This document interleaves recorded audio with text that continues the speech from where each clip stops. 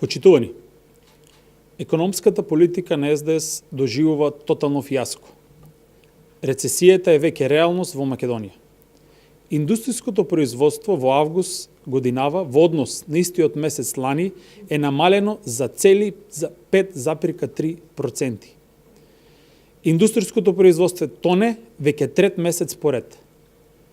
Тоа што е најалармантно е дека станува збор за најдраматично намалување на македонската економија.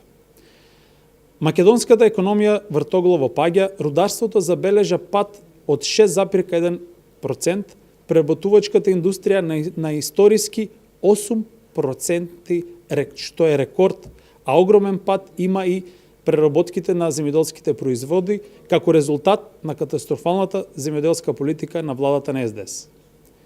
За прв пат опаѓа извозот од технолошко-индустријските развојни зони, заради лошиот план на црната економска тројка, која станува джелат на македонската економија – Заев, Ангјушев и Тевдовски.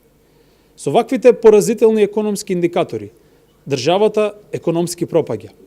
Неспособноста на СДС за менеджирање на парите на граѓаните ќе предизвика затварање на постоечките индустријски капацитети, како и одселување на странските инвеститори. Негативните кампањи против странските инвеститори, како и негативната кампања против рударството, се главните причини за овој вртоглав пад на индустријата, која е носички столб на целокупната економија во Македонија. Ако на ова сето го додадеме и огромниот пад во секторот градежништво, со прикинување на сите капитални проекти, до крајот на оваа година ќе имаме најголем пад на приходите во буџетот на Република Македонија. За да го надоместат падот, СДС прибегнува кон енормно задолжување во Македонија. Министерот за задолжување изјави дека исклучително ќе се задолжува на домашен пазар.